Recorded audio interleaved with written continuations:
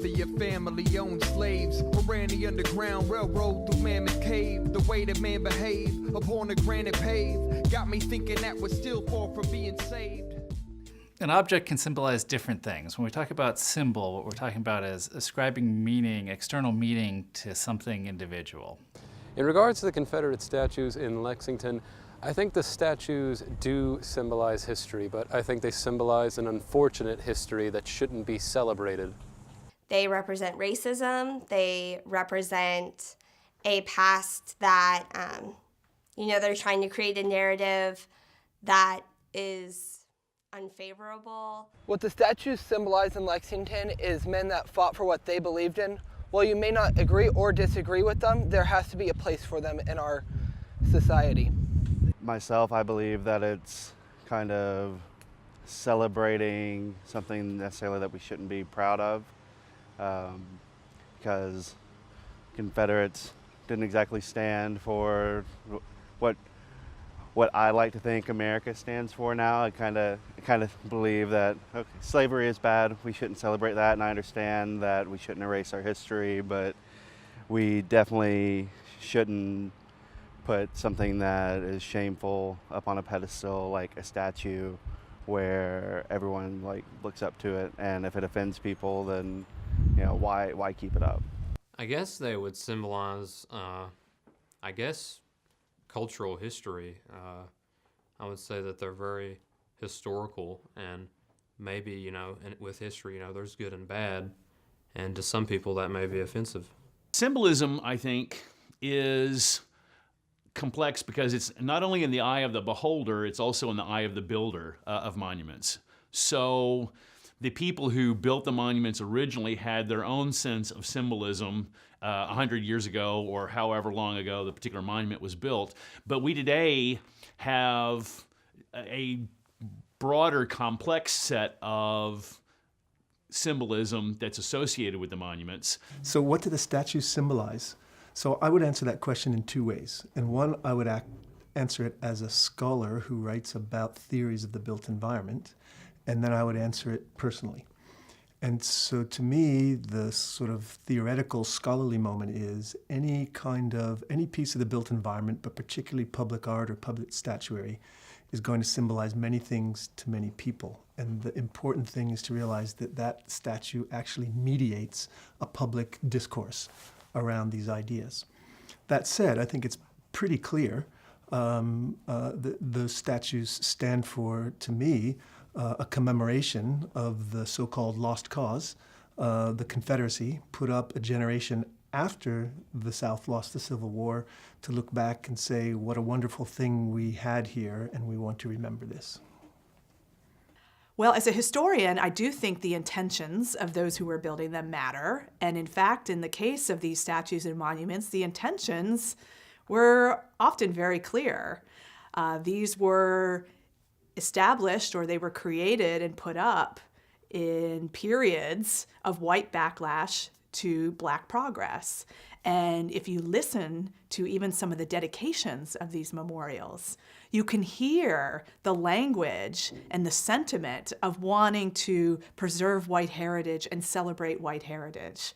So as a historian, looking at that context, understanding who, what, where, when it all happened is very important, and it only helps to underline what many people are saying today, that these were erected as emblems of white supremacy.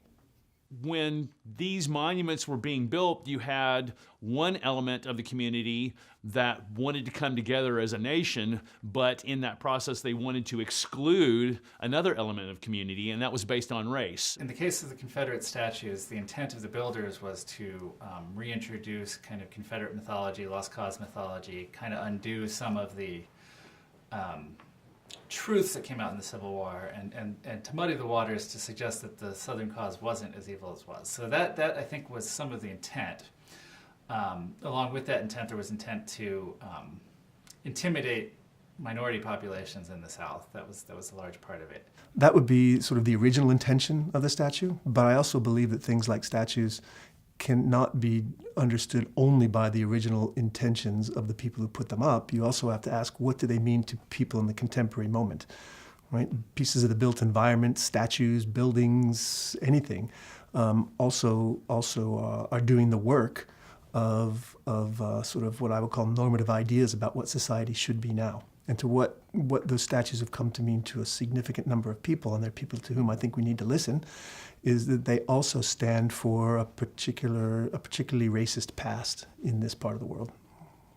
Their intentions may well have been to celebrate their own common sense of community with respect to the white Americans, but at the same time, there was an exclusion going on. So there was two different intentions going on, and I think that any kind of recognition of the history of these monuments today really needs to be cognizant of that dual message, that it was reinforcing Jim Crow segregation and reinforcing the messages that were being delivered by more nefarious means, such as lynching. This happens in the law a lot. There's a big debate over whether the Constitution, for instance, should be interpreted by its original meaning, or whether meaning shifts with usage over time, and you're open to a more less literal, more applicable interpretation of the Constitution. I think the same sort of dynamic happens with the statues. Even though originally they might have meant racial intimidation or a celebration of Southern culture, whichever version of the story you believe, the meaning has shifted over time, and I think we have to recognize multiple meanings for them. There is a distinction between heritage and history.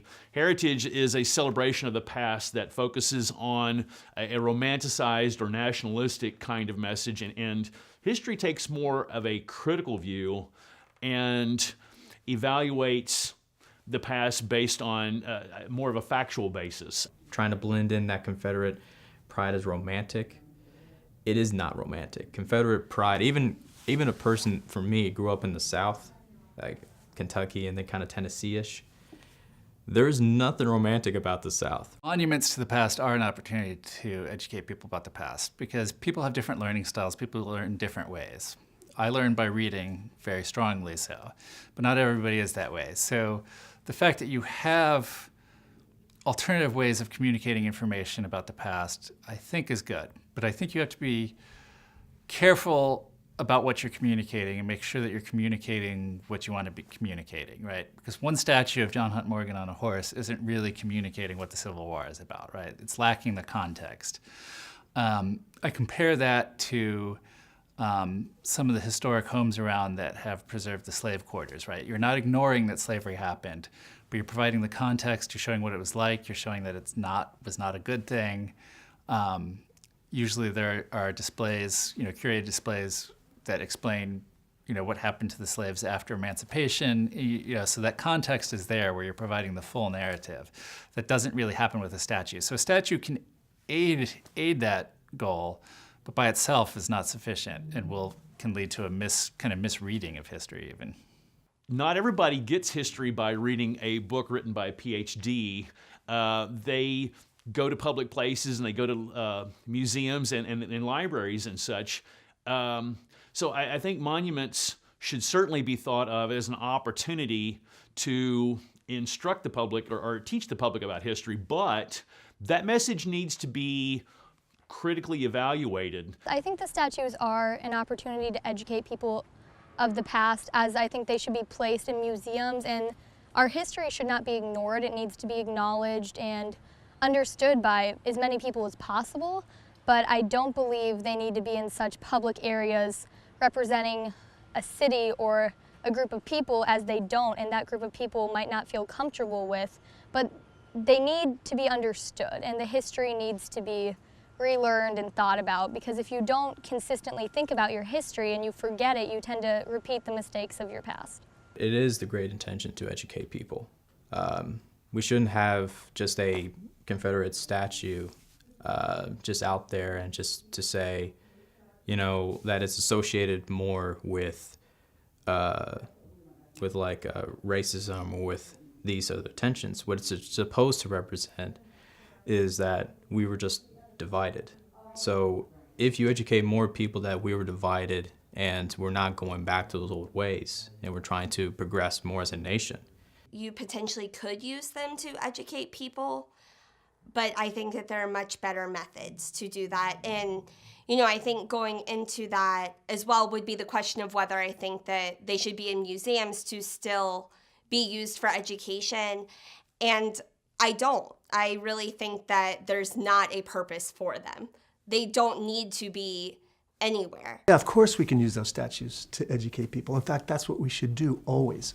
I always think an issue like the Confederate statues, it's got two really important parts to it. One is it's about the statues, because it is about the statues. It's also about the statues facilitating some kind of progress that we want to make as a society, and in my mind, as a democratic society interested in questions of equity and justice. Well, I think these statues and monuments have already created an opportunity to educate people about the past. And one thing I've been struck by this whole national conversation is how many people are opening up history books and are trying to learn about not just the history of the statues, but of the people represented in them and of the larger cultural movement to establish them.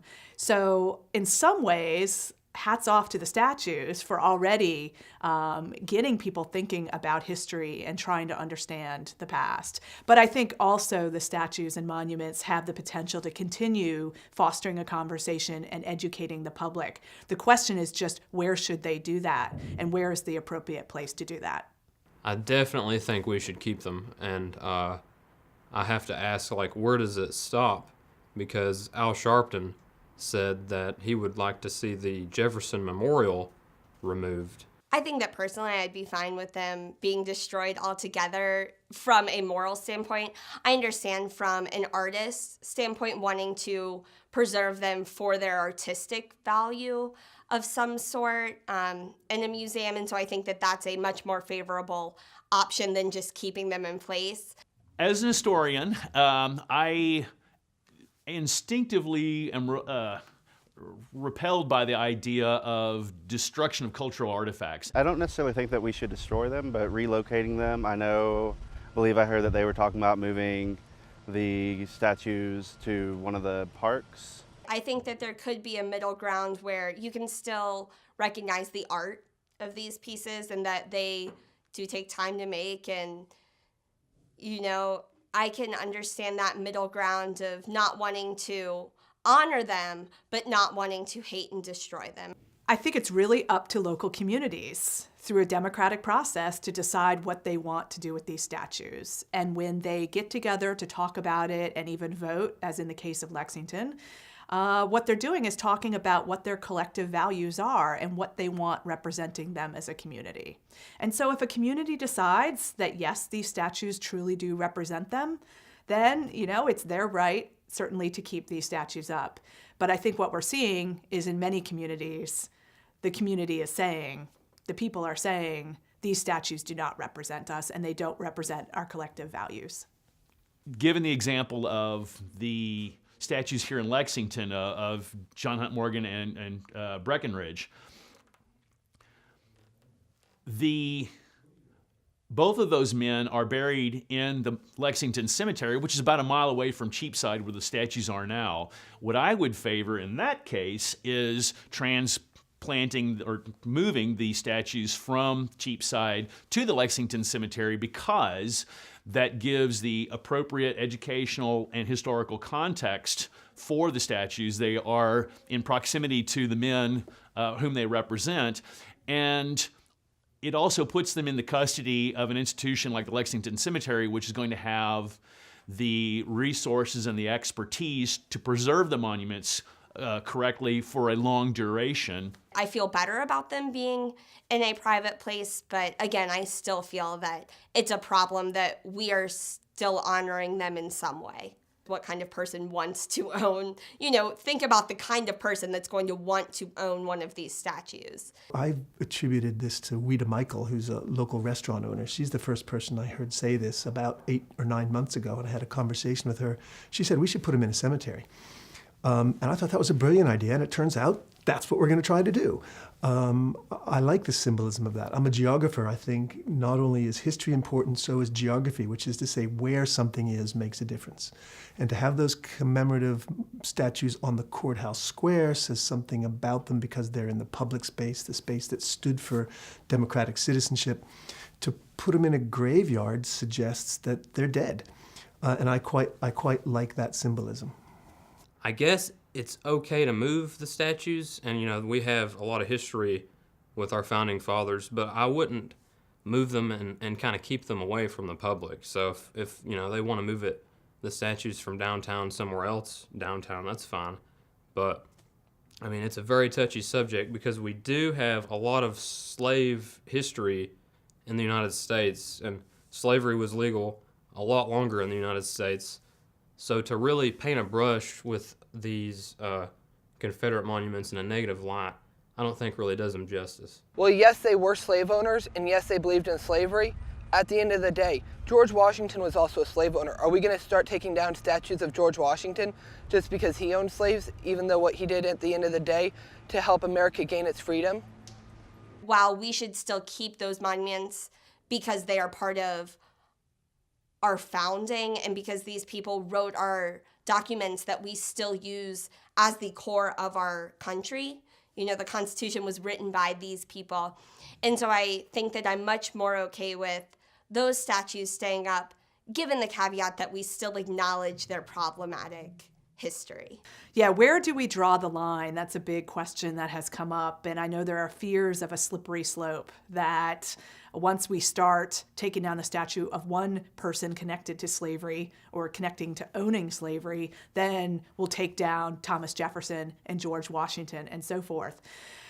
I think also, though, what's very clear is that statues to Confederate leaders are statues to those who are willing to destroy this country in order to defend slavery and white supremacy.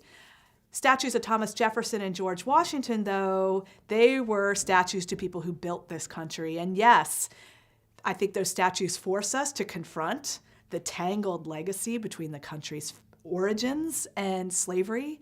But there is a clear difference, and I think a line people are drawing between statues of those who built the country and those who are willing to destroy it.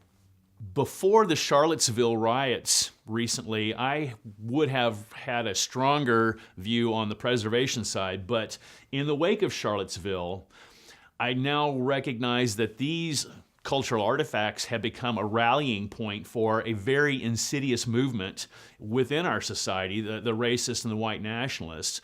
And I think that whatever solution we bring to bear needs to have a focus on preservation, but at the same time denying that element the opportunity to rally around a point. Regarding the topic of the neo-Nazis and the statues on display, I think there is certainly some connect. There is obviously the white supremacy associated with both. Is there a direct connection between the culture of both? I wouldn't say that, but I definitely think the similarities are apparent. What the current neo-Nazis could be considered a terror group in today's society, while the Confederates were no way a terror group. I think it's absolutely fair to associate the history of the Confederacy with the current neo-Nazi, legitimately terrorism that is happening in this country. I think that that's very fair to make that connection. I think it's fair to say, like, there's definitely some connection. You see a lot of the same people that are advocating for the maintaining Confederate monuments are also linked to neo-Nazis. Not saying all, but a lot of neo-Nazis are also the pro keep the statues up. So I think it's fair to say. You can't blame the local vice president of the Daughters of the Confederacy for the fact that neo-Nazis adopted their symbolism. But that's a too easy equation. I would suggest that one of the reasons maybe the neo-Nazis adopted them is because there already was a significant aspect of white supremacy and racism embedded in those statues. And then I'm going back to the fact that let's not forget when most of those statues were put up, and they are put up at the same time that we enact Plessy versus Ferguson about separate versus equal, and we enact Jim Crow laws, and we legalized racialized deed covenants on private property, and we have redlining practices which won't lend black people mortgages in certain, right? So these things are all linked. And if you're going to go that far, let's not forget that the Confederate battle flag, which is heralded as simply heritage, not hate, has not been around for a long time. The massive resurgence of the battle flag came exactly on the heels of Brown versus the Board of Education in 1954. In the wave of civil rights advancements, this was a pushback. One other thing that's been interesting to observe as a historian in this whole controversy is the fear of erasing the past and erasing history. And that's, a concern that's very near and dear to me as a historian. No historian wants to see the past forgotten and erased. But what I think is important for people to recognize is that there's history, which is the substance of the past. It's the Civil War. It's what actually happened. It's the events of the past. And then there's memory of the war. It's how a society chooses to remember and tell the stories of that past. And what we're talking about removing here is a memory. And it's just one memory of the Civil War. It's the most romanticized view of the Civil War. So it's not really the past that's being erased, but memory. And I think we have plenty of museums and books and classrooms here at the University of Kentucky that are going to keep preserving this history and making sure it's never forgotten. What I've heard, the murmur of words that no one speaks. What I've seen, unholy and obscene, down Minot Creek. What I've heard, the murmur of words that no one speaks. What I've seen, and up in the stream, down Minot Creek, Minot Creek. Home of the thoroughbreds, home of the bourbon. Home of too many cats still curb serving. Home of the wildcats, home of Patino. Home of the gold that used to back C-notes. The keynotes for speaking are Abraham Lincoln. And Daniel Boone come soon, stay for the weekend. And at the end of the night, fall asleep knowing both and crackers drink Knob Creek.